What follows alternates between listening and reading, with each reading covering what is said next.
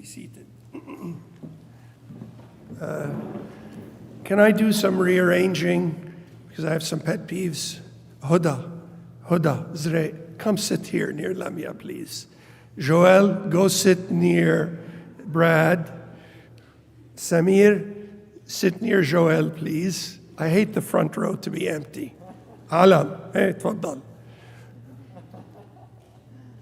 Hey. Khada, go sit near Samir, please. I don't like the empty front row. Nadia, sit here, please. No, please. If I'd seen the one more distinguished former dean, I would have picked on you earlier. Okay. Good afternoon, trustees, deans, faculty, colleagues, staff, students, alumni, parents, and honored guests. Welcome and thank you for joining us today as we celebrate the 159th anniversary of the American University of Beirut.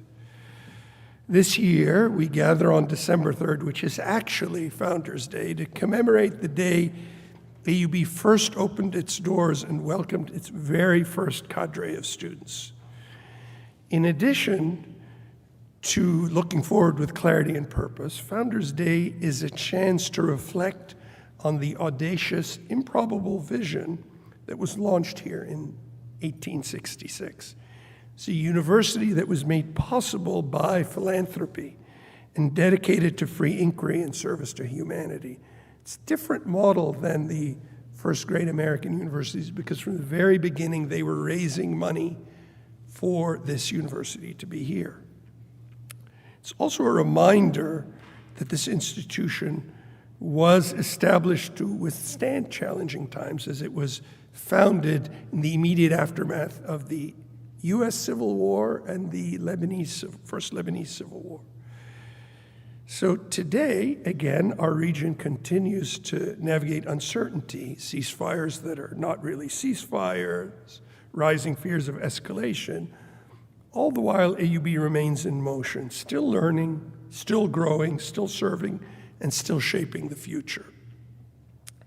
Founders Day and Giving Day coexist, therefore, for a purpose.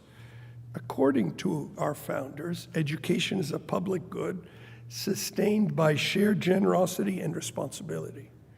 We've been guided by this abiding principle for the last 159 years.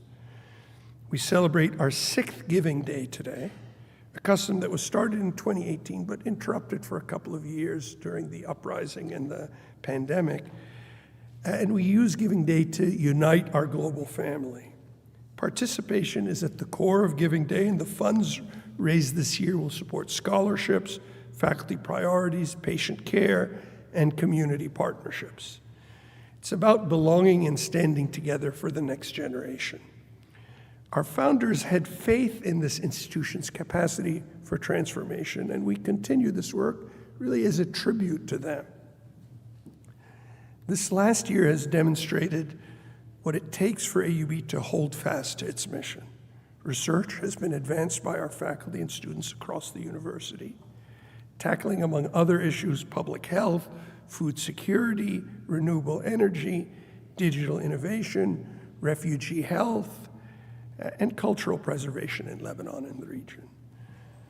In national and international competitions, our students have excelled. They've won awards, scholarships, and prominent internships. Even as the strain on our healthcare system increased, our professionals at the AUB Medical Center continued providing thousands of patients with exceptional care. Additionally, our communities stepped forward again and again to serve when needed most. This is at the heart of Vital 2030, which is our long-term vision for a contemporary, learner-focused AUB. We're reinforcing our digital transformation, expanding interdisciplinary programs, launching the School of Computing and Data Sciences, and increasing our commitment to equity and access.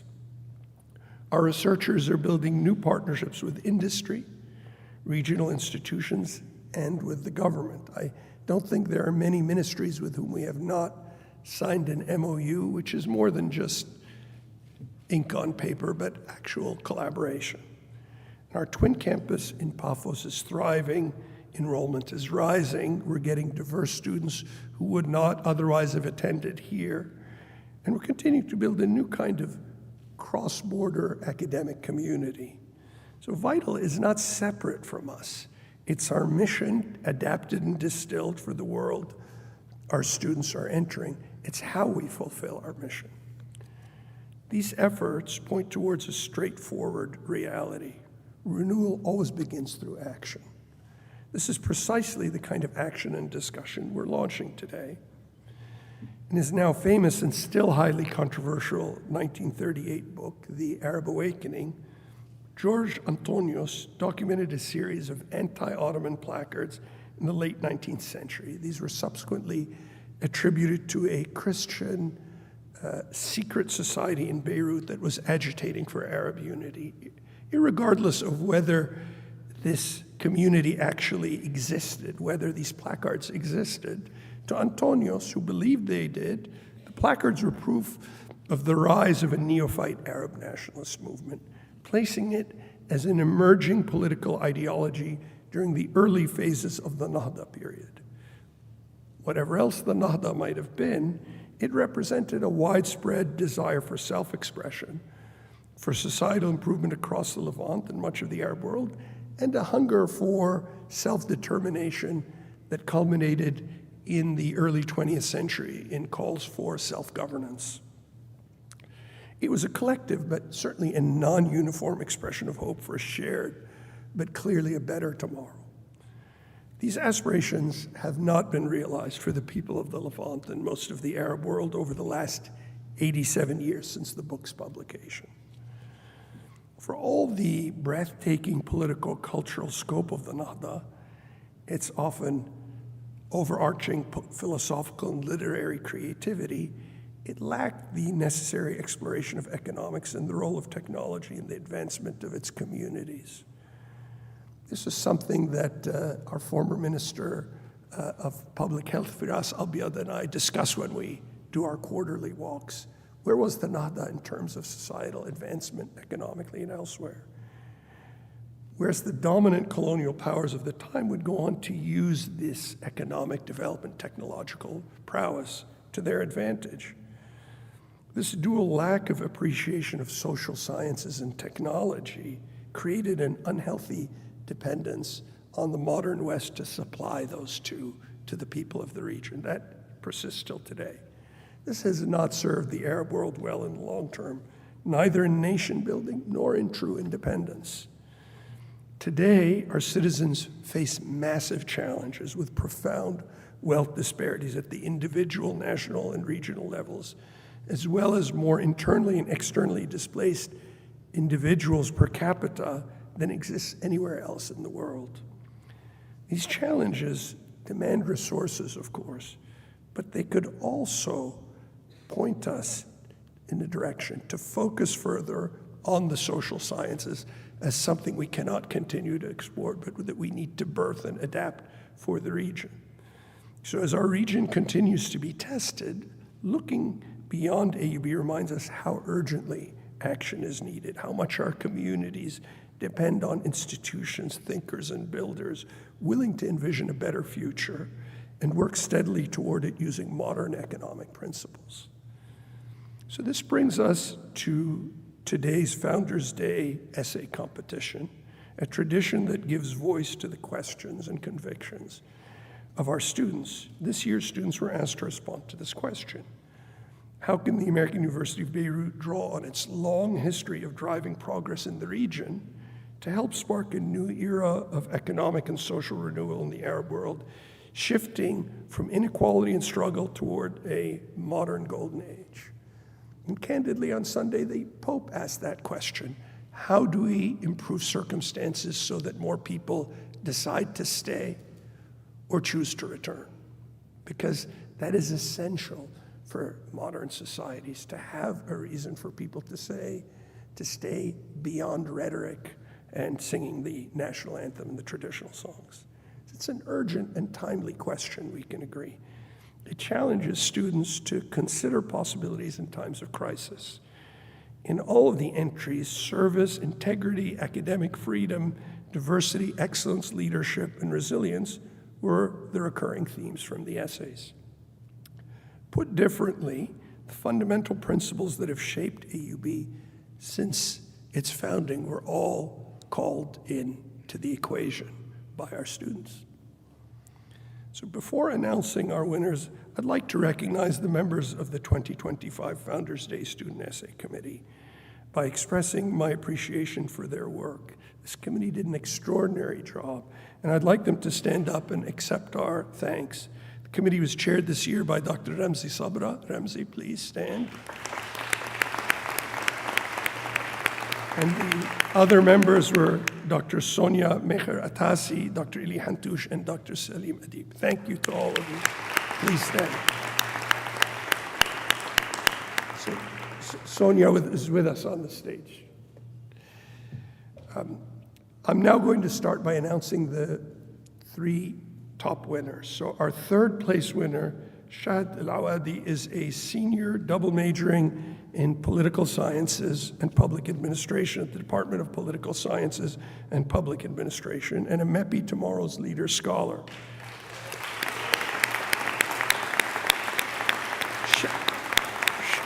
Shahd has led community-based workshops across Lebanon through UN Women-founded initiatives, interned on national gender quota advocacy with 50/50, and founded 2 youth training programs serving students in Egypt and in Lebanon.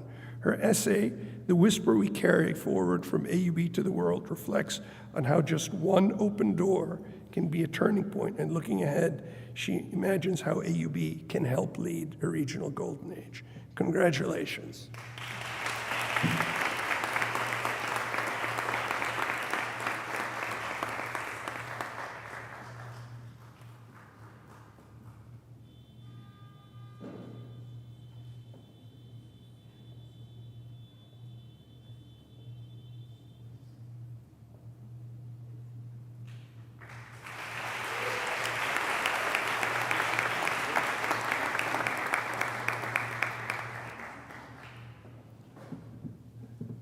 Our second winner, Abdurrahim Abdullah, is a senior in computer science at the Faculty of Arts and Sciences and also a MEPI Tomorrow's Leader Scholar. He's participated in regional storytelling and civic engagement programs. He served as ambassador for the Experiment Digital, earning a Distinguished Achievement Award. He also co-founded the Negotiators. It's a point for all of us, a student initiative focused on dialogue and problem solving. His essay, Is It Different Than Here?, is based on a late-night text message he got from Yemen, which explores the contrasts that shape belonging and the subtle ways we can all reimagine home. Mabruk.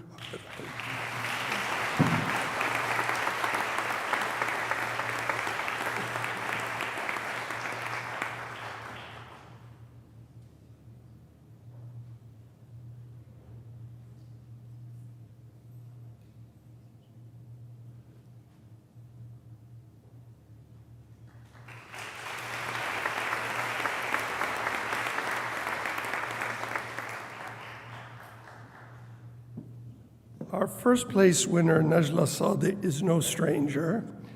Najla is a senior studying computer science and engineering with a minor in applied mathematics at the Maroun Sam'an Faculty of Engineering and Architecture.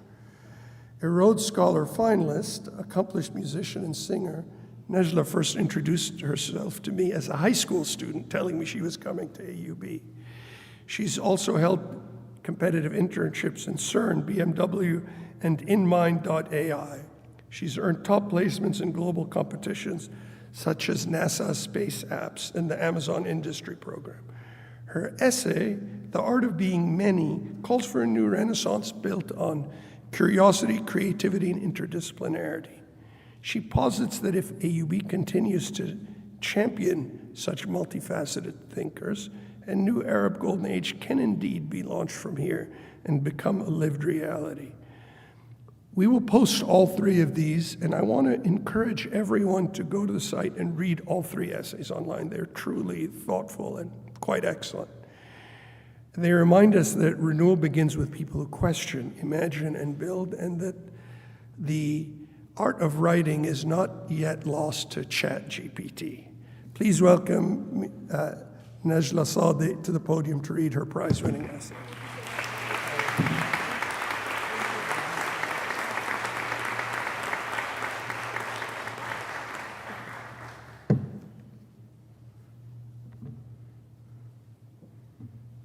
Good afternoon.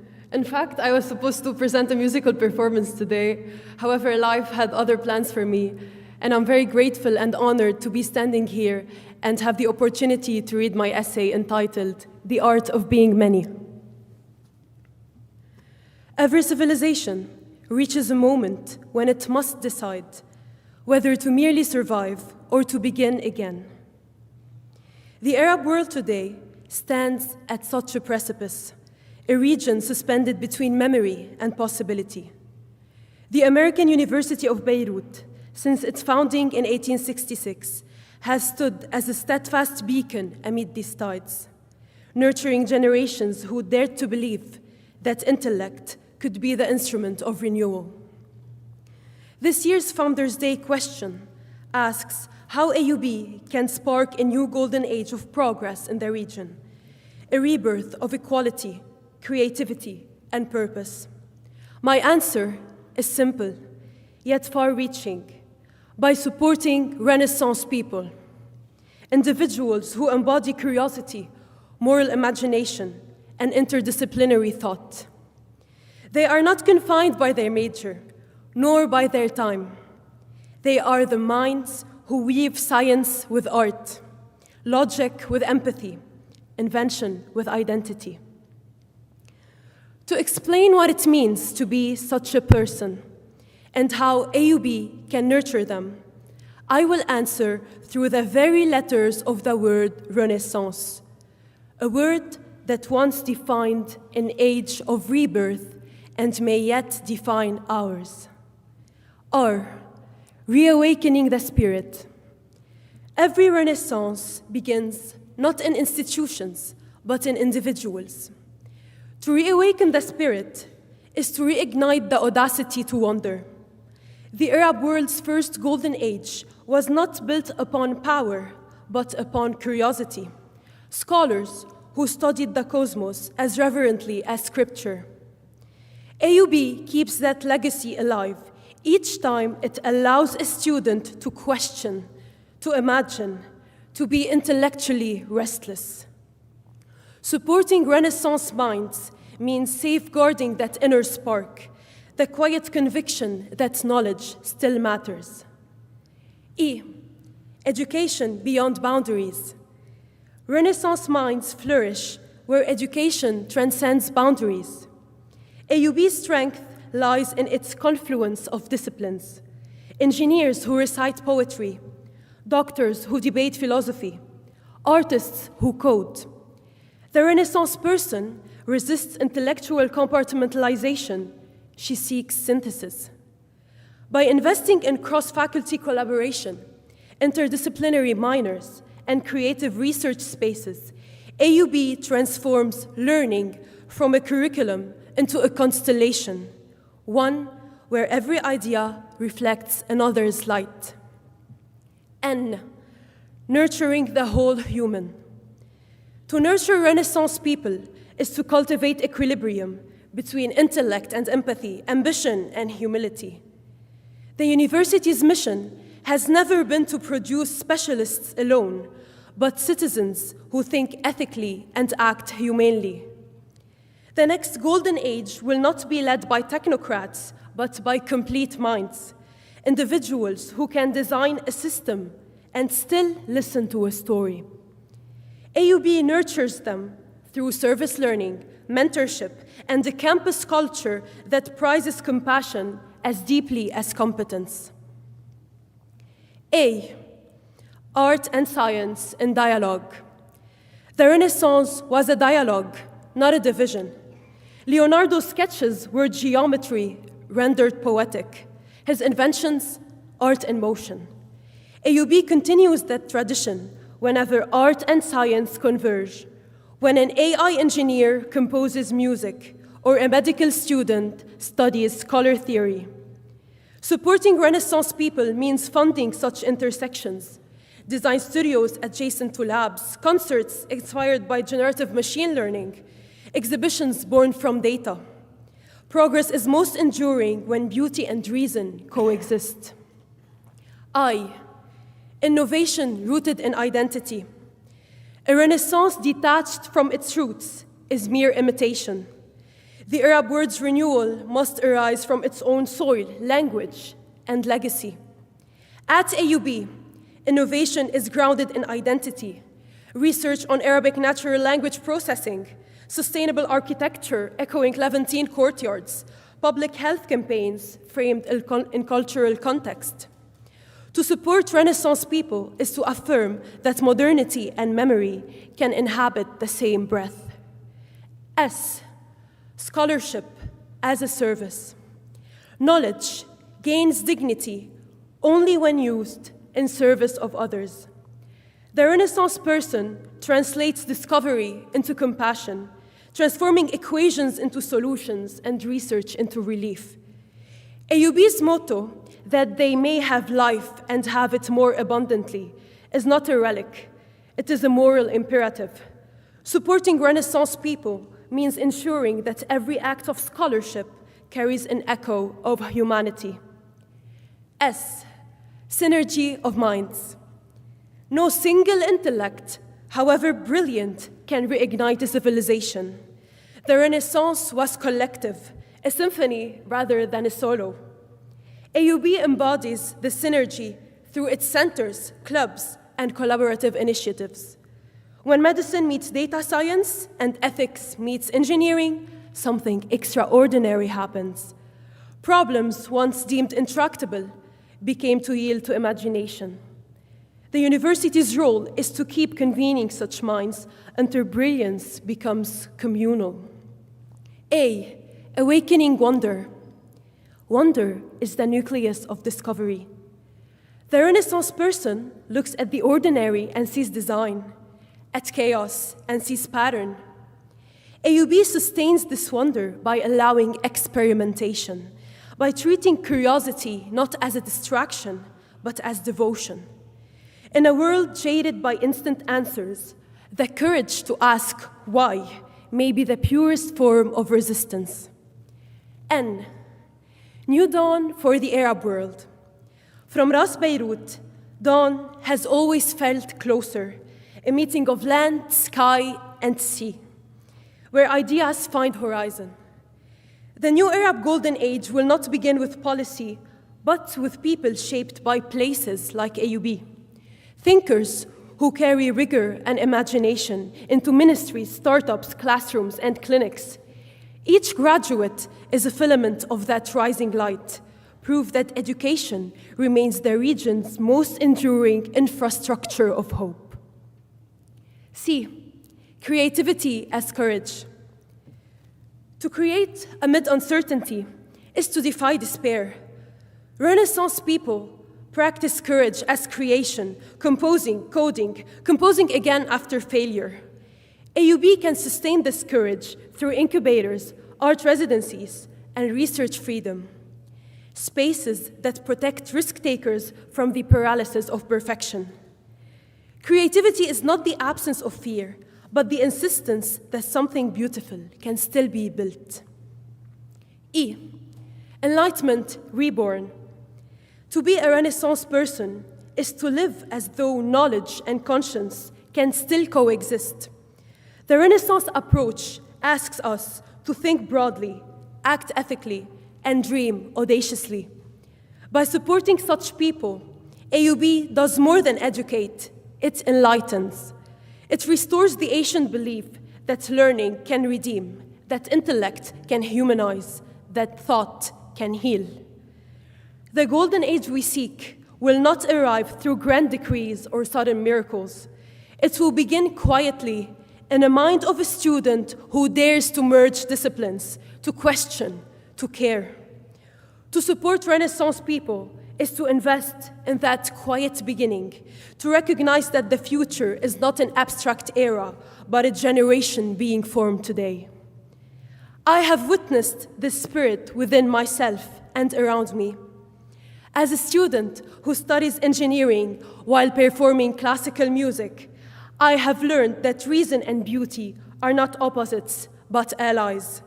AUB has taught me that innovation without empathy is hollow, and that art without thought is incomplete. To live as a Renaissance person is to think deeply, feel boldly, and serve generously. If AUB continues to champion such whole, curious, and courageous minds, then the Arab world's rebirth will not be a wistful echo of the past. It will be a living, luminous present, a renaissance already unfolding on the hills of Ras Beirut. Thank you for listening.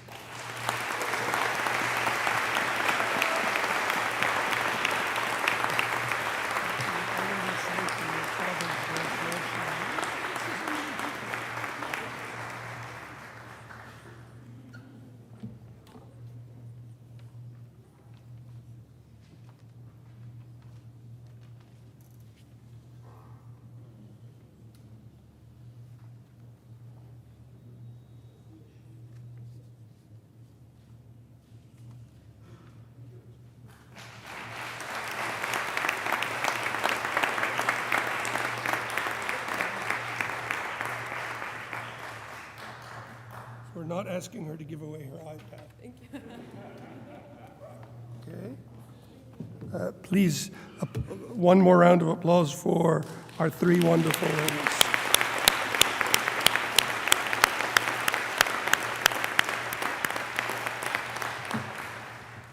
Thank you again, Najla, for those well-chosen words, for your powerful essay. And thank you to all of the entrants as well as the second and third place winners. Now we're going to take a group picture with the three of you, if we could.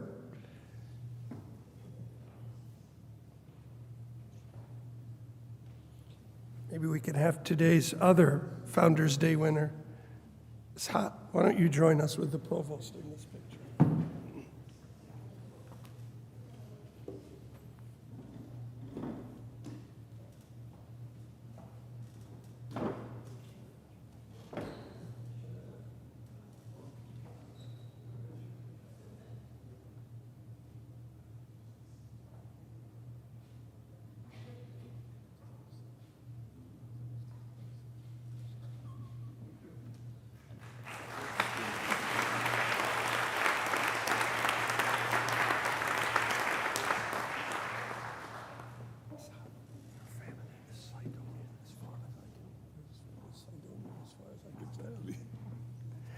Okay, so we're going to have a music interlude by Khalil Shaheen. This is a unique piece for which, for once, I chose. This is Bach's cantata BWV 147, better known as Jesu Joy of Man's Desiring. In innumerable dinner debates between my brother and I, juxtaposing Bach and Beethoven, one remonstrating with God and the other celebrating him, we chose the one who celebrates him. Because we need a little bit of peace. So this is perhaps one of Bach's best-known pieces to be played by the always extraordinary Khalil Shaheen, who is an intern in medicine and ophthalmology now.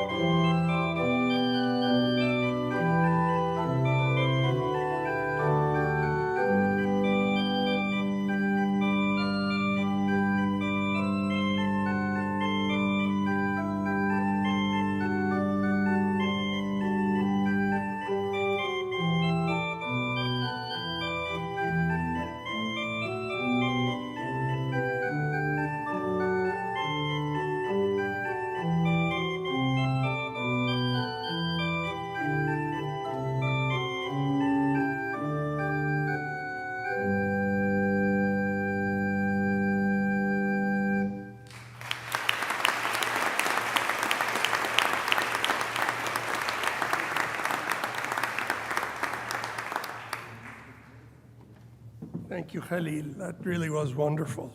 We need something peaceful and uplifting these days.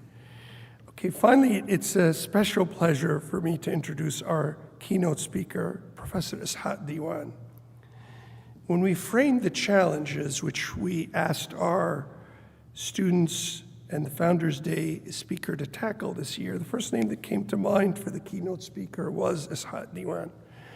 But I wanted to, as I have in the past, lure him in. Professor Diwan brings to AUB a lifetime of fundamental work at the intersection of economic renewal, inclusive growth, and the future of this region. He was a precociously brilliant student of the macroeconomics of the region.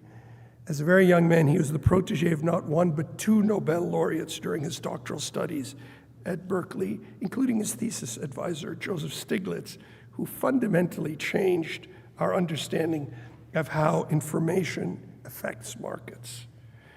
Ishat is currently professor of practice in economics here at AUB and research director of the Finance for Development Lab at the Paris School of Economics, an institute he runs, which I read. It's an independent think tank that's dedicated to building a fairer and more effective international financial system. Think about that, a fairer and more effective international financial system. They don't have to be in opposition. Professor Diwan has spent his career asking the same questions our student essayists explored today. How do societies rebuild from within? How can we create systems that serve people with fairness, dignity, and opportunity? Before joining us, Ishat held senior roles at the World Bank across the Middle East and later across East and West Africa, where he led ambitious efforts to strengthen safety nets, expand essential services, and support youth and creation. But here I'm going to digress on the personal level. Ishat had never heard of me, thank God, because the people who had heard of me were people who needed my help in the diseases I specialized. But in the 90s, I knew very well who he was. I had one old friend, Dick Debs, who was then close to Jim Wolfenson, and told me that a young Lebanese man was being assigned to the Palestinian Authority to, as Dick said it, maybe babysit them as they developed an economic program. And Ishat did that faithfully. So he has a long track history of walking the talk. He's from an ancient Sidonian family, but he has long believed that you need to get your hands dirty with the work for the people of the region. His research on the political economy of the Middle East, on the forces that both hinder and enable reform, really shaped policy debates across the region, from Tunisia to Sudan to Lebanon, but has also influenced the practice. His books on the region's political economy and on crony capitalism have become essential references for anyone seeking to understand how durable, just, sustainable institutions are built. We finally got to interact by sitting on a panel, and I must say it wasn't easy to sit on this panel, because most of you recall that in June 2020, I was doing my best but failing to keep a low profile, and I was under immense pressure from the Holy Trinity of Lamia Mary and Zahir to keep it quiet. But I couldn't resist being on a panel with Ishat, and then said maybe some of the more controversial things. But Ishat makes the point that there is hope in adopting these policies, that they can be adapted, that they're not only top-down. So why is he especially fitting for the Founders Day, and why did I need to slowly draw it out of him that maybe the best person in the world to give this talk today was actually him, not someone he could invite, is that it's not just his scholarship and global experience, but frankly, the engaging and uplifting spirit behind them. His work and his person mirror the hopes expressed by our student writers, the belief that this region can imagine and deliver its own renewal. The modern golden age can take root through knowledge, integrity, service, and courageous leadership. This has helped design and champion programs that make an impact on the ground, always with an eye toward empowering people, especially the young, to shape their own futures. In an era when there's growing distrust of academia as being detached and aloof and in an ivory tower, he displaces that by showing that policies can make a difference for people. So today, as we honor the vision of our founders and the promise of our students, Professor Diwan stands as a bridge between past aspiration and future possibility. He embodies the idea that renewal is built through thoughtful policy, public service, and a commitment to our region's potential. I want to end, there's a happy story to the ending. So some years later, he and I saw each other at a mutual friends dinner, and I got to meet his spectacular life partner, Joel Abi Rashid, and was able to undertake only the second couples recruit that I've been able to do for faculty in my 10 years. So welcome, Ishaq. Please join me in welcoming Professor Ishaq Diwan.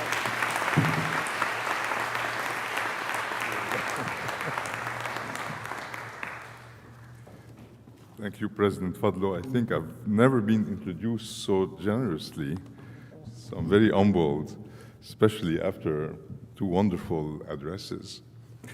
So, distinguished guests, colleagues from the faculty, friends, and also dear students who are here, I want to start by really thanking you, President Fadlo, again for giving me the honor to speak today about a topic that's really rarely addressed on Founders Day. You told me potentially the first time, economics and political economy in particular.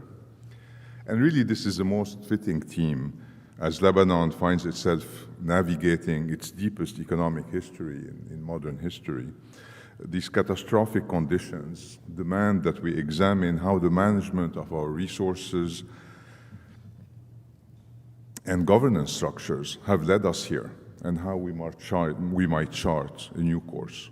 So I'd like to explore four main points in my remarks today.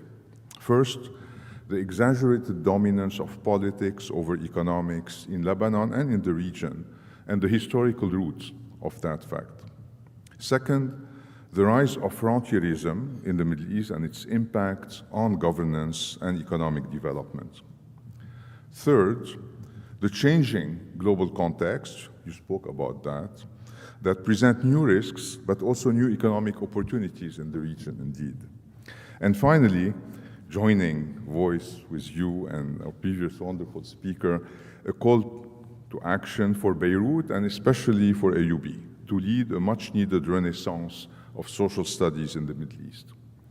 So let me start with the core problem, the political dominance over economics. This is a fundamental issue which is not due to ignorance of economics.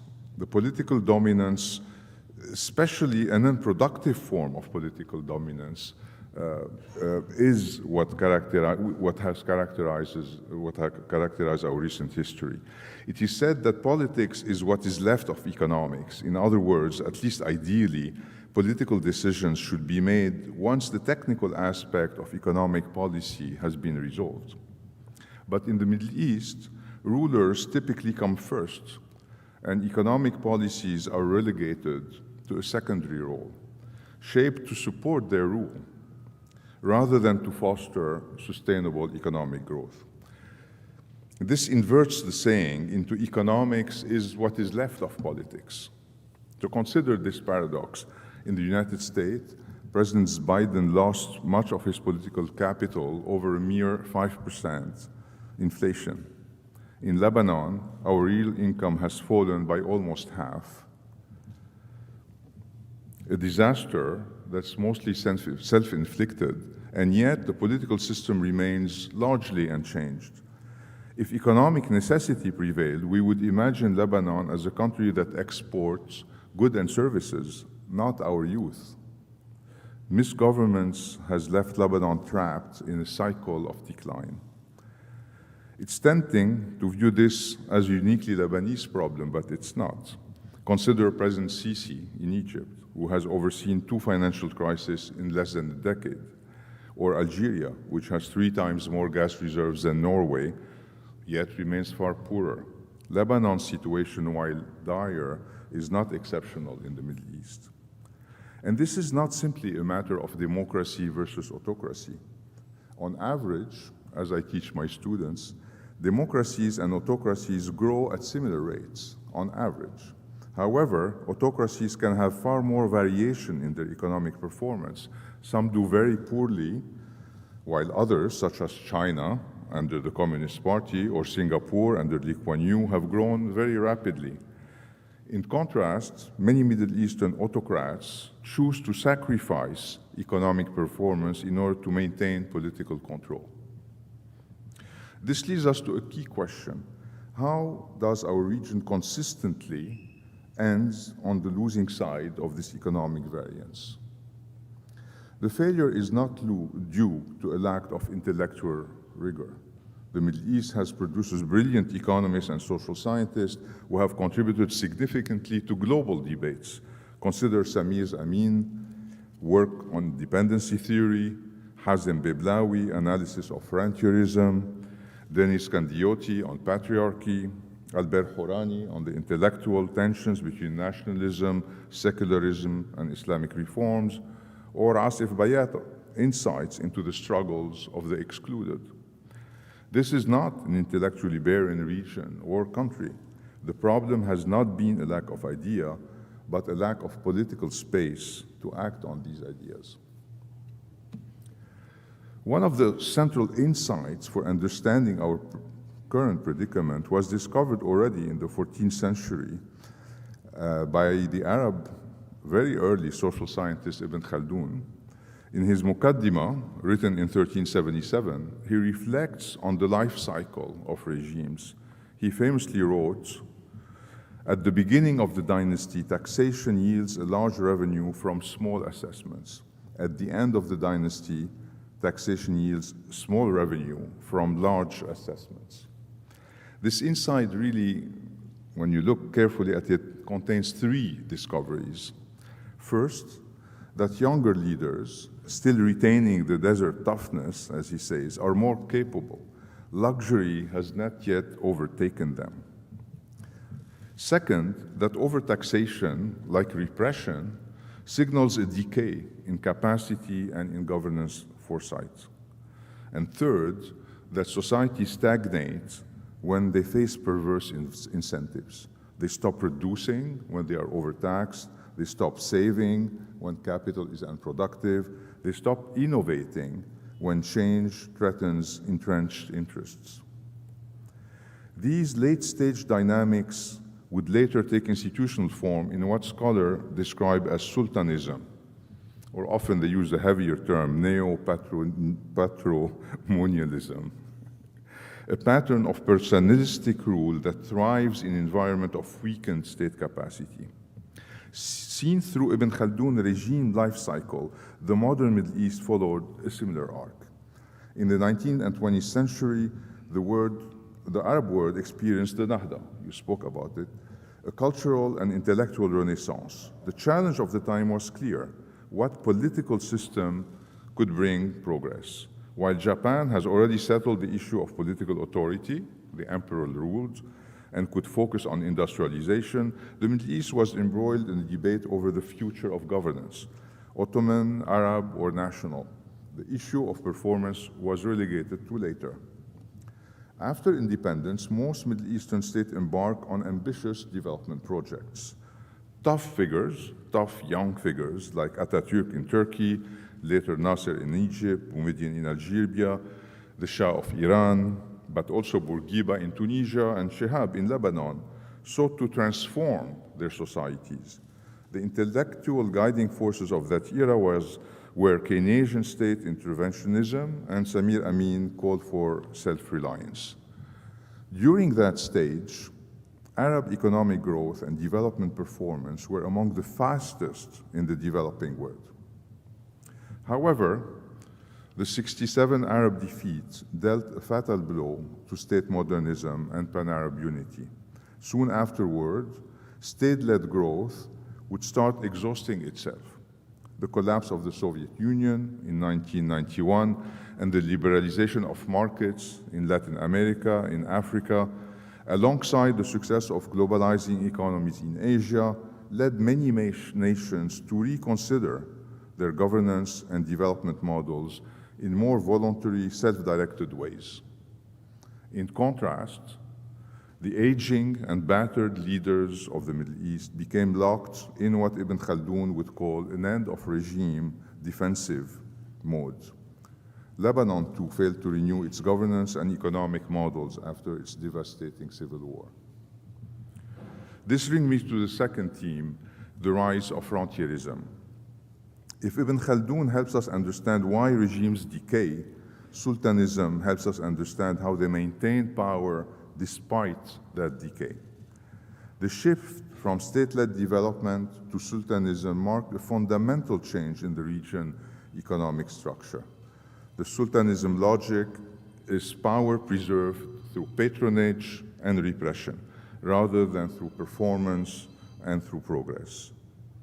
To finance their rules, these regimes rely on rents and not on tax revenues. Initially, the oil countries were the primary rentier states. They were enjoined after the 80s by a coterie of poorer cousins. Rents came from worker remittances. Rents came because of massive regional oil revenues, and chaotic geopolitics created opportunities for rent-seeking, alliances, and adventures. Finally, and importantly for us, rents were created domestically by exchanging economic privileges to private firms against financial and political paybacks. My point isn't that rents are destined to be an unavoidable curse, but that aging autocracies that rely on limited amounts of rents are most likely to preside over socioeconomic decay. These regimes need just enough resources to support a security apparatus that maintains them in power. And they prefer to keep the national pie small as they distrust the private sector, they distrust social progress and independent thinking. In my edited book, Crony Capitalism in the Middle East, we explore with colleagues the links between the authoritarian upgrading that started in the 80s in much of the Middle East and economic performance. Economic reforms have been seen as a threat. For firms, political connections, not performance, determine success. Firms that are loyal to the regimes are protected, even when they underperform. Firms that are not allied to the regimes cannot be trusted and are not allowed to grow, especially if they perform. As a result, economic growth was modest at best. Good jobs have been scarce and distributed to insiders. Inequality rose. With low revenues and high corruption, state capacity retreated and social services decayed. Social mobility fell and inequality rose further. Policies in support of this authoritarian upgrading extend to all spheres, including to culture and to identity. Patriarchy is reinforced and becomes the model of social governance. Education becomes indoctrination. Recent research has shown that in much of the region, national education systems promote rote learning and respect for authority at the cost of critical analysis, innovation, or civic participation. This slow equilibrium is moreover externally supported so that it fights political Islam, prevents migration, or preserves the interest of Israel. So in Samir Kassir's words, Le Malheur Arabe, his last book, is caused by geography, not history. The Nobel laureate, Douglas North, provides a useful framework to conceptualize such a situation. He calls it a limited access order, an order restricted to the regime's insiders. In contrast, more recent Nobels, Jim Robinson and Daron Acemoglu, and Jim Robinson was here talking about that a couple of years ago, in their celebrated Why Nations Fail, highlight social inclusion as the central ingredient to progress. This brings me to my third question on the challenge from a changing world.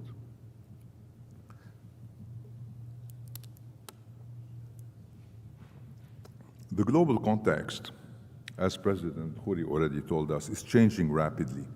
Globalization is retreating while regionalization is on the rise. Technological revolutions in artificial intelligence, automation, and digital trade are reshaping the world's economy, while decarbonization is transforming energy markets. Climate change is making parts of the Middle East uninhabitable. The region is at a crossroad. Its economic future will depend on how it adapts to these new realities. Three forces stand out as agents of transformation: despair, social emancipation, and the Gulf. Much of the Arab world is now in a catastrophic state, unseen since the collapse of the Ottoman Empire and its colonization early in the 20th century. Lebanon is emblematic of this situation. Civil wars are raging in Yemen, Sudan, Libya. Syria and Palestine are devastated. Egypt, Jordan, Tunisia are over-indebted and in economic decline. Iraq, Iran, Algeria are stagnating at best. At the same time, though, Arab societies have changed profoundly. Awareness has grown, and uprisings have become cyclical. Revolutions may be crushed, but ideas survive. The demand of the Thawra, accountability, dignity, rights, are now echoed even by those in power, in Lebanon at least. Some regimes may still govern by repression, but they can no longer rule by illusion. The moments of freedom and solidarity of the Arab Spring have become a lasting part of who we are. The Gulf. As ancient capitals fade into the periphery and failing countries fill a growing soft belly of misery, Gulf states have risen to be the new center of gravity in the Middle East. There we see dynamic rulers with vast resources and bold ambitions. They know that oil will soon be a stranded asset, and they are determined to do something about it. But their path is not well defined. Their bet is threefold and truly pharaonic. First, to keep producing until the end of oil, the Gulf needs to pacify its region, from Palestine to Sudan, and even among the oil producers themselves, who risk fighting over a shrinking pie. Two, economic diversification cannot happen one small country at a time, but it can if embedded in a regional market of some 600 million people. Three, to convince the youth to abandon the rentier model and become more productive, loyalty or exit will not be sufficient. They must be empowered with voice, as Albert Hirschman would have stressed. These existential tensions will reverberate with us for decades to come. Arabs have long dreamed of the unity of the Ummah to ensure for themselves a respectable place in the global order. In the region's formative age, this aspiration was driven by political and religious motives. Today, it is becoming an economic necessity to have a peaceful and interconnected region with a market large enough to sustain a diversified, productive economy. Like Japan, driving the East Asian miracle, or Western Europe, pulling up its Eastern European neighbors, the Gulf can become the Middle East development elevator by investing in the region and by opening its market to it much, much wider. So as oil recedes, the political order of the Middle East will necessarily hinge on economic performance. The challenge for the region, as for Lebanon, is to capture this alignment, making economic necessity the catalyst for political transformation. The alternative is stark. If economics cannot lead the way, divisive politics will continue to lead us astray. So finally, this brings me to the role of AUB and of Beirut. So as our region navigates these critical times, we now need a stronger, locally grounded intellectual tradition that can help us influence the course of events. A new Nahda, if you want. The region's major challenges, jobless growth, inequality, climate stress, digital change, are all fundamentally social, economic, and political challenges. Technical solution alone cannot address the governance failure, the social fractures, the political blockages that shape our region trajectory. The new Nahda must focus on the social sciences, not only for diagnosing these issues, but also for guiding reforms, for informing policy, and for training future leaders. For many reasons, AUB is ideally positioned to become a leading regional hub for rigorous, free, and contextually informed social science. The first essential condition is a political environment that allows real social science to exist. Studying power, governance, inequality, and political economy requires freedom of thoughts and freedom of expression, conditions that are unfortunately scarce across the region and really under assault everywhere. Lebanon, for all its fragility, remains the most open intellectual space in the Arab world. Lebanon's role is not just to show that diversity beats ethno-nationalism. It does. But also that evidence-based policy making is necessary for a better future. Second, AUB is one of the very few regional universities that has both the intellectual authority and the institutional experience to lead this initiative. For over a century, AUB has been a top academic institution in the region with a long tradition of attracting ambitious students and distinguished scholars.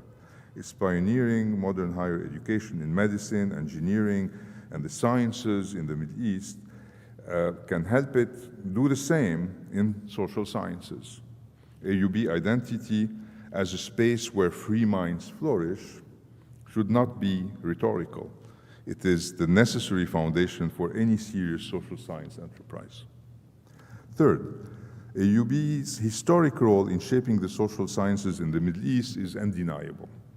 Even a brief look at some of the towering intellectual figures who once stood in this very room and who are now departed reminds us of that AUB has long been one of the Arab world's most important intellectual centers. I'm thinking of the great historians Philip Hitti, Kamal Salibi, Albert Hourani. In political thought and philosophy, I'm thinking of Charles Malik, of Constantine Zrey, of Sadiq Jalal al-Azam, in sociology of Hisham Sharabi and Halim Barakat, in political science and economy, Malcolm Kerr and Youssef Zahir. We must not simply preserve the legacy they left us. We must renew it and expand it. Fourth and related, serious research on the Middle East of today requires deep contextual knowledge. The region is changing fast. It is not inherently exceptional. It has simply become understudied or misstudied. A Beirut School of Social Sciences would generate knowledge from within, scholarship grounded in the lived reality of Middle East societies, yet fully engaged in global debates. We're doing this in the Faculty of Art and Sciences with a more gender balance and a more diverse group of thinkers than in the past, but we need to go much bigger to make a sizable impact. Finally, such a school would meet a growing demand. Across the region, students are increasingly seeking high-quality education about the Middle East in the Middle East. Just as AUB has attracted generations of students to study medicine, engineering, and the sciences in Beirut, it can become the premier destination for those wishing to study political economy, sociology, anthropology, public policy, and regional development.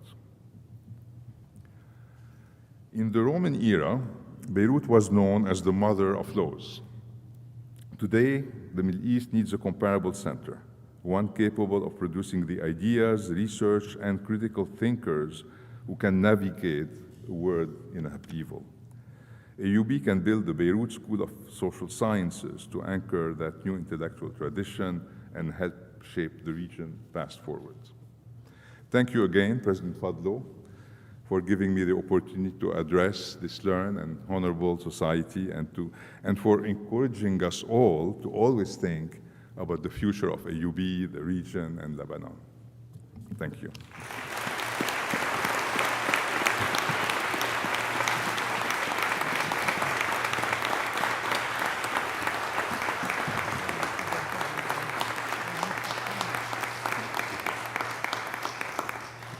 Please, let's stand up and thank Professor Diwan for this extraordinary vision.